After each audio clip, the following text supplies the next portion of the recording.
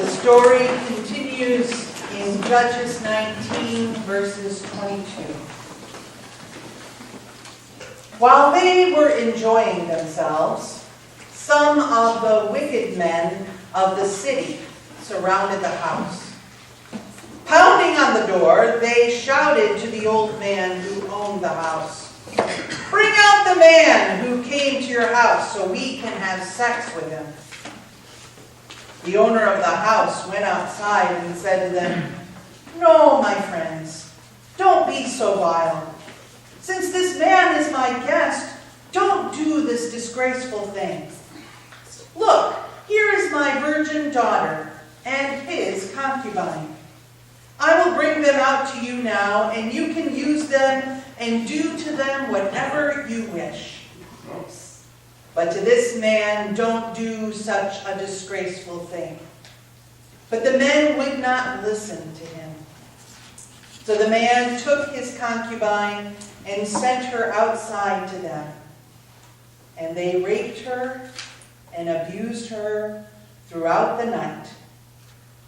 And at dawn, they let her go. At daybreak, the woman went back to the house where her master was staying, fell down at the floor, and lay there until daylight. When her master got up in the morning and opened the door of the house and stepped out to continue on his way, there lay his concubine, fallen in the doorway of the house, with her hands on the threshold. He said to her, "Get up, let's go." But there was no answer. Then the man put her on his donkey and set out for home. When he reached home, he took a knife and cut up his concubine limb by limb into 12 parts and sent them into all of the areas of Israel. Everyone who saw it said, "Such a thing has never been seen or done, not since the day the Israelites came up out of Egypt. Think about it. Consider it. Tell us what to do." Please pray with me. Dear God, may we learn from the words of this terrible story, recorded in your word. May our hearts all grow closer to you every day. Amen. Once there was a family that was driving home from church in their car, and the little boy in the family was really excited. Mom, guess what I learned in Sunday school today?" The mother was rather pleased that her son had been listening so intently in class, asked him in great anticipation, "What did you learn, son?" "King Solomon had 700 wives and 300 porcupines." Misheard concubines. Now, last week in our sermon about divorce, we learned that in the ancient Near East, the practice of having multiple wives and concubines was commonplace. A concubine was either sold as a sexual slave into this situation with a man, or else she came voluntarily into a man's household. It was a contracted relationship. She received a place to live, food, protection, and he gained her exclusive sexual favors and any children that she might bear. Concubines were of lower social rank than wives, and some scholars believe that this situation occurred because the concubine's family of origin could not financially afford the full dowry of a wife. Concubines could be easily dismissed, their children taken from them and given to a husband's actual wives to raise as their own. Without prominent families, without the legal status as a wife, concubines are sometimes described as the Kleenex of the ancient world. They could be used as needed and discarded without too much trouble. Now, the Levite's concubine in Judges 19 seems to be a concubine who came to the Levite of her own free will, or perhaps with the encouragement of her family. But the exact circumstances of the concubine leaving the Levite seems to be a matter of debate. There are some differences in some of the ancient texts. In the Masoretic and Syriac version of Judges 19, the concubine is accused of adultery. And in the Greek and the Old Latin texts, she becomes angry with the Levite. Now, it could very easily be that both versions are true, that the concubine was accused by the Levite of adultery, and she, feeling falsely accused, became angry about it. But in both cases, the texts agree about what happened next. The concubine left the Levite, and she went back home to her father's house. Now, this was an act of undeniable courage for this young woman. Remember, there's no welfare system. There are no women's shelters, no real options for employment. And she seemingly left and made the journey home alone, without a man guarding her. Some commentators assert that her leaving the Levite's house was the reason for this accusation of adultery, that her removing herself from the ready sexual use of the Levite was enough for him to call for her death. Nevertheless, it is a dangerous move for a woman in her situation. Now, it is perhaps telling that the Levite simply lets her go, that he does not follow up on his accusation of adultery by pursuing her immediately, by immediately demanding her death for being unfaithful to him. Instead, he waits. 4 months later, the Levite finally decides to go talk to her. His goal is to bring her back from Bethlehem. The Hebrew phrase used here about the Levite's intentions means to speak to her heart. And it brings to mind reassurances, comfort, tender words of care. We would love it if this whole story ended right here, with a happily ever after ending. But the story goes on. And it illustrates the lies that were so easily told. Now, the first thing to note is that the Levite lies. It's a lie that the Levite actually cares about the concubine. This is clear from his actions, not from what he says. Once the Levite reaches the concubine's house, it is only the 2 men who party together for 5 days. The concubine is not spoken to. She's not invited to come and eat and drink with the Levite in order to bring about any sort of reconciliation between them. Her silence is an important thing to note in this passage. It speaks volumes about her place in the situation. Instead, we read all the details about the father happily entertaining the wealthy Levite. About her father encourages the Levite to stay and to eat and drink and to enjoy himself well beyond the time that the Levite wants to remain there. The concubine is left to reconcile herself to the situation. And it is clear by his actions that her father wants her to return to her husband and to have him be in a happy mood. All of the authority figures in her life are giving the concubine the very same message. Just do what you're supposed to do, and everything will be just fine. My friends, the church, too, is culpable in many situations like this. A friend of mine was the victim of domestic violence and subjected to lies from her church. Her husband would belittle her, call her stupid, even in public. And when he became angry, he would hit her. In desperation, she went to her pastor for help. And the pastor quickly diagnosed the problem as being hers. He told her that her heart did not truly want to be submissive to her husband. He counseled her that once she truly submitted to her husband's desires, that she would have no more trouble with her marriage. that she should learn more about how to please her husband, how to be the wife he wanted her to be. She should do that and submit to everything that he asked of her. She left that church office with great resolve to do this. And she honestly tried to do everything that her husband wanted. She completely put her own desires behind his. But the pastor's advice was a lie. Within a month, her husband had physically thrown her out of the house through a glass door. She finally left him, and she didn't go back. My friends, lies are a powerful tool for manipulating a person. When we lie, a person's need and desire to know the truth becomes secondary to our own wants and desires.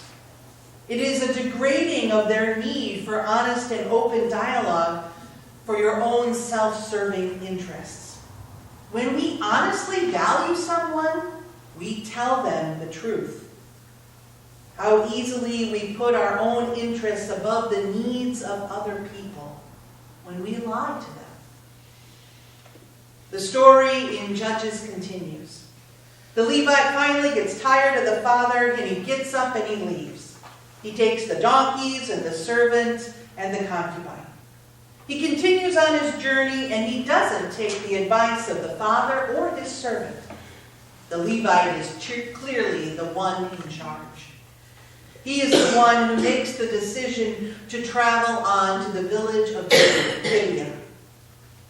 It is dark already when they arrive, and I imagine that most of the good folks are already at home, well past supper, getting ready to go to sleep. In a situation that is almost an exact echo of the story in Genesis 19 about Sodom, some men of Gibeah come and they pound on the old man's door. They demand that the Levite man be given to them to be raped. Like many of the rapes that occur of men in prison, the mob demand was for supreme power over and humiliation of the Levite. It had nothing to do with homosexuality. By the laws of hospitality in the ancient Near East, which protected strangers in one's midst, this was a terrible offense. The old man is required to protect the stranger who he has invited to come into his house. He, just like Lot in the Genesis story, offers up his virgin daughter to the mob. When the old man then goes a step further, he also offers up the concubine of the Levite. And with words that chill us to the bone, the old man suggests that the men rape his daughter and the concubine and do whatever they want to them. The text here is about a struggle for power. Rape is motivated by the desire for domination and control. Here it is clearly seen as an act of violence, not desire. The men in the crowd want power over the Levite, and then the old man enacts his power over the most vulnerable. It is important to notice that the old man does not offer the mob the male servant of the Levite. Instead, he takes up the most common power that his societal position as a male in the ancient Near East gives him. The societal power of a patriarchal culture that consistently places all women under the rule of men. The societal power that did not give women a legal voice, which denied them the right to determine their own fate. Well, how far have we come since then? In 2010, the Center for Disease Control surveyed people for some answers. 1 in 4 surveyed women and 1 in 7 of men said that they had been the victim of severe physical violence from their intimate partner. 1 in 5 women and 1 in 71 men will be raped at some point in their lives. In 2015, in a survey done with U of M students, 22.5% of the undergraduate females and 6.8% of the undergraduate male students reported some form of non-consensual touching.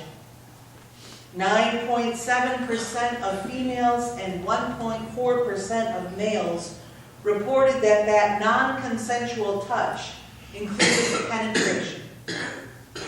In 56% of the cases, another U of M student was reported as being responsible.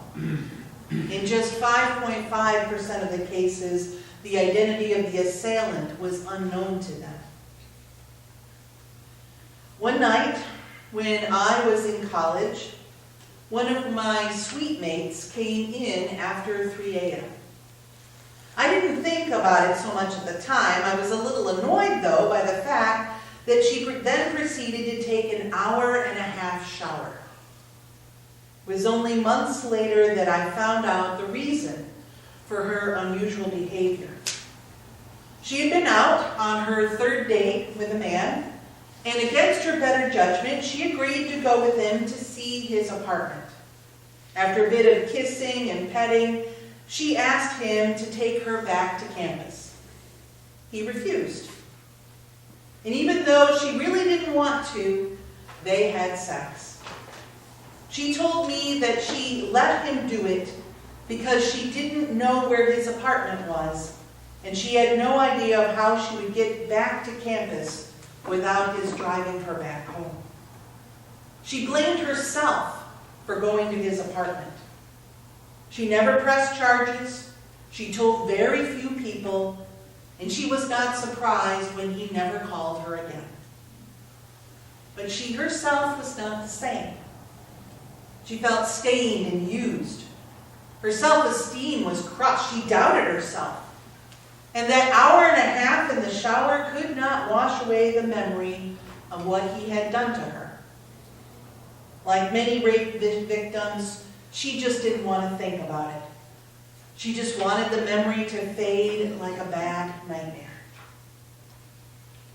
The sad truth in America today is that most victims of date rape never press charges because date rape is very difficult to prove. The victims of date rape are automatically blamed. Everything from what she was wearing, to what she drank, to what she actually said, they're all dragged out in public and held up to the question of whether or not it was clear enough to the perpetrator that she really did say no to having sex. Rape is not isolated to strange men in dark alleys, nor college campuses or drunken parties. 10 to 14% of married women report marital rape.